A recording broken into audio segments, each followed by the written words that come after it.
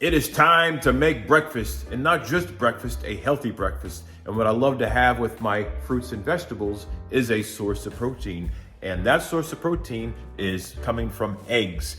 Now, not just eggs. I prefer to have the pasture-raised eggs, so I'm getting quality protein and also getting the omega-3 fatty acids. And it's just much more nutritious, and the yolk is so much deeper amber color, and it's just richer in flavor. It's just a healthier option. And so I like to have eggs every single day with my breakfast. So I'm gonna show you a recipe for making scrambled eggs. Now this is inspired by Gordon Ramsay. So this is a very creamy, delicious scrambled egg breakfast that I have inspired by Gordon Ramsay, now with my twist, because there are some things that I changed up, and that is using gluten-free bread and the pasture-raised eggs. And there's some other things that are different here, and I'm gonna share with you right here, right now.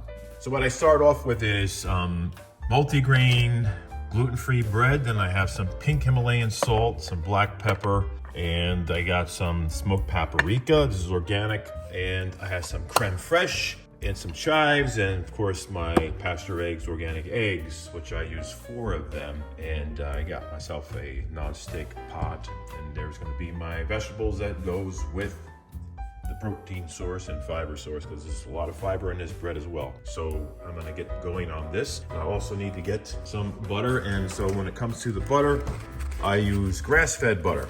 Now, I'm not gonna use as much as Gordon Ramsay does in his recipe, but I will use some of that in the eggs. I'm gonna start by cracking the eggs and putting them in the pot there, so let's get to that first.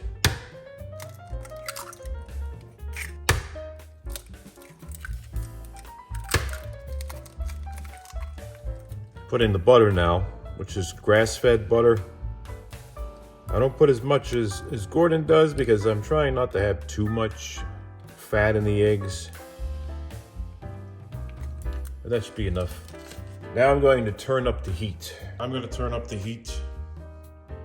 That's my good starting point, so medium high. Now I'm going to continually mix this up. As it's heating up, I'm just going to keep mixing it.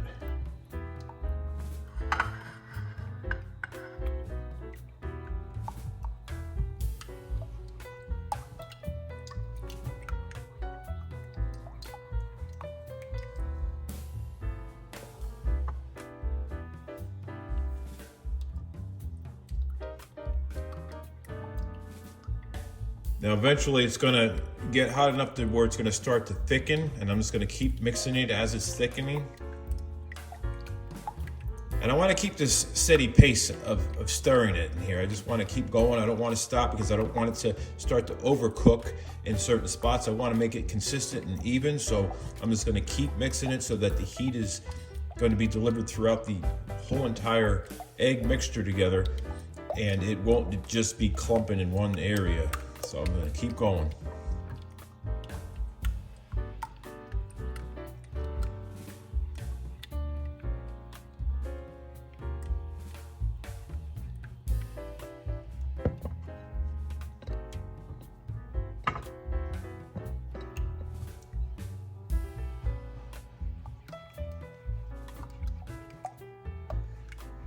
Now the butter is starting to melt a little bit, so that means we're getting closer to where it's going to actually start to cook.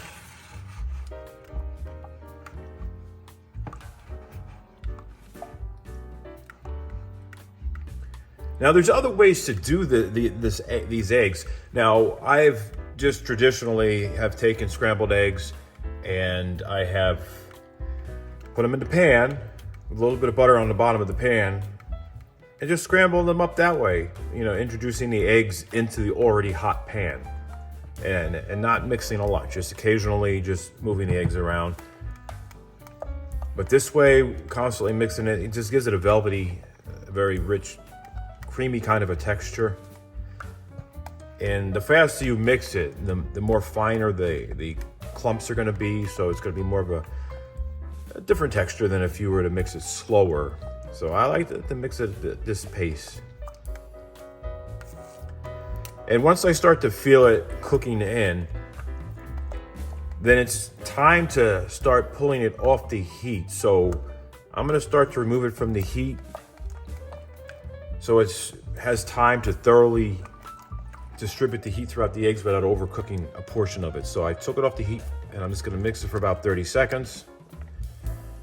Just keep on mixing, because there's gonna be residual heat in the eggs coming from the pan itself, plus the eggs are hot.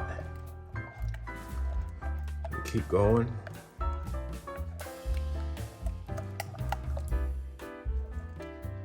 Then put it back on the heat again. We just rotate between putting it on the heat, taking it off the heat.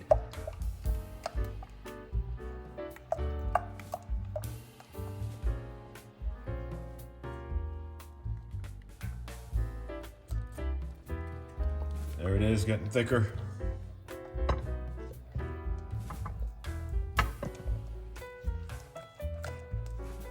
So I'm going to start to remove it from the heat again and keep mixing it.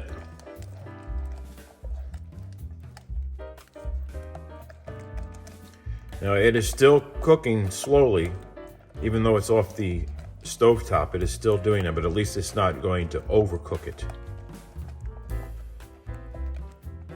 Then I put it back on again.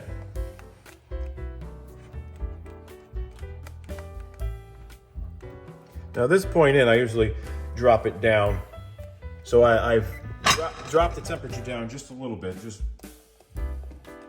just so I can start to get ready to finalize this. I just didn't want it to get too hot, because after a while the heat starts to get into the entire pan, the entire pot, that is.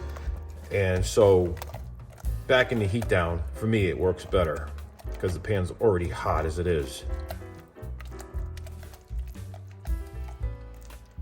So I mix it some more.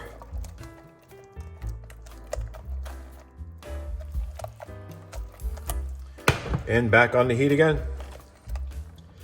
Now, at this point, it's a matter of preference, how creamy you like it. If you like it soft and creamy, then you can start to take it off now and then take the next step. Or if you like it a little bit thicker, you just can keep going. But you don't want to dry it out. Now I'm going to remove it from the heat. Now it's starting to thicken up, kind of like the way I like it.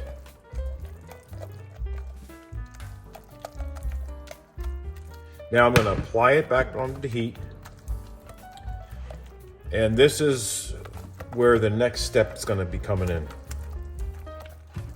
And I got to be ready for this. You know, it's going to happen very fast.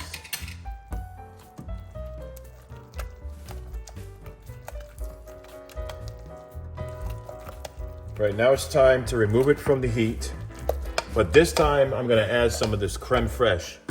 And I'm going to do it fast because I don't want this to heat too much. So I put some in there now, and I'm just gonna mix it in. It's already off the stove. I'm mixing in the crème fraîche. This helps keep it from cooking too much more. Then it also gives it that nice creamy texture.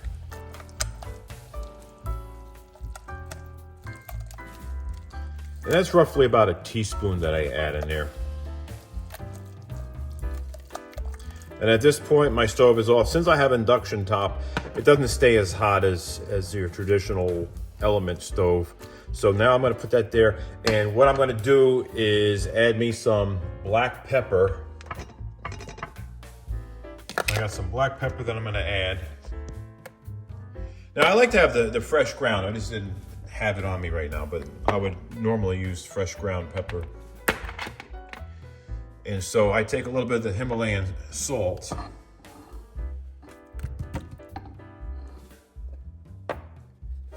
And I add just a little bit. I don't want to get carried away with salt. I'm not trying to overdo sodium.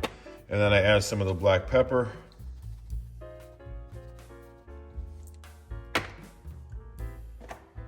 And of course I have this, which I'm going to add at the end when I'm doing the garnishing. So now it's time to add some of the chives. So I'm going to add some of the chives in here. I like to use scissors to cut them. I just find it much easier than getting a knife and chopping it up.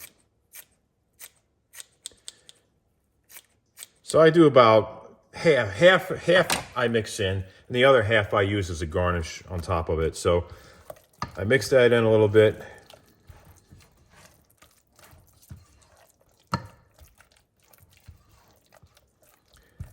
And then now that's gonna go on top of my bread that I'm toasting. So it's gonna go on top of this bread after it's toasted. So put the bread in the toaster. It would make this whole process easier delivering this to you through this video if I had a cameraman who would take the videos for me. So I'm trying my best to make this possible. Maybe I'll have someone help me when I have somebody over. The bread is nice and toasted, so now it's time to add the scrambled eggs by putting them on top of the toast.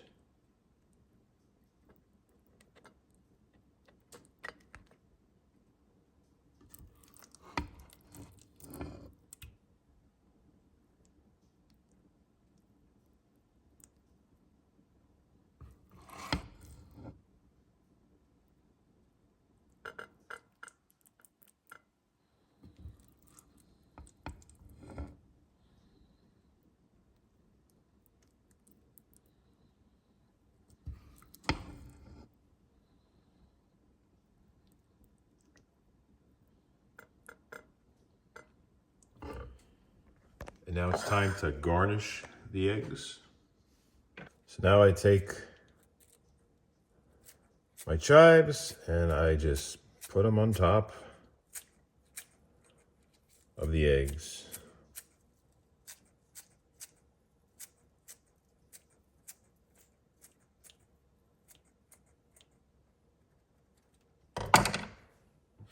Then I garnish with a little bit of smoked paprika.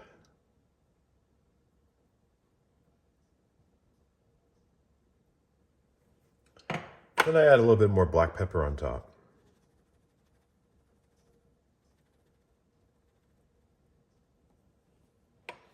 Now you could add more salt, but I'm trying to stay away from having too much sodium. So there's my scrambled eggs on gluten-free toast. So that's my healthy breakfast, which I'm going to have with all my vegetables and fruits right there. Now with this breakfast right here, I do also have a smoothie that I make, and I'll show you how I make this healthy chia seed wild blueberry smoothie in another video. Time to eat breakfast.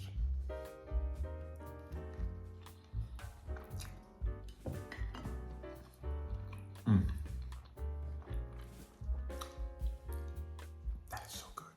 Well, there you have it. That was my spin of Gordon Ramsay's scrambled eggs, but this was my gluten-free style. And of course, I used some grass-fed butter and some Himalayan pink salt.